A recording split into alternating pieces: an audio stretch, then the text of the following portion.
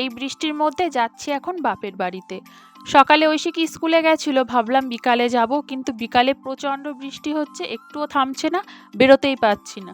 প্রায় সন্ধ্যা, ওই জন্য আমি ঐশিকিকে বললাম যে থাক আজকে আর যাবো না, কিন্তু ও যে কান্না করছে। ওর বাবাকে ফোন করলাম, ও বলল যে ঠিক আছে আমি একটা অটো ঠিক করে দিচ্ছি, তোমরা অটোতে করে চলে যাও। ওর বাবার বন্ধু তার অটোই ঠিক করেছে, দাদা চলেও এসেছি, আমরা বেরিয়েও পড়েছি, কিন্তু বাইরে তো প্রচণ্ড বৃষ্টি আর হাওয়া হচ্ছে।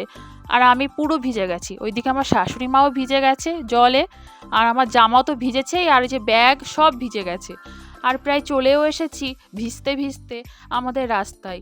আর আমাদের রাস্তা দেখুন, কাঁচা রাস্তা, এত জল জমে গেছে এখান থেকে হেঁটে যাওয়াও যাবে না। আর বাড়িতে সব টবগুলি দেখুন হাওয়ায় পড়ে গেছে আর জল জমে গেছে।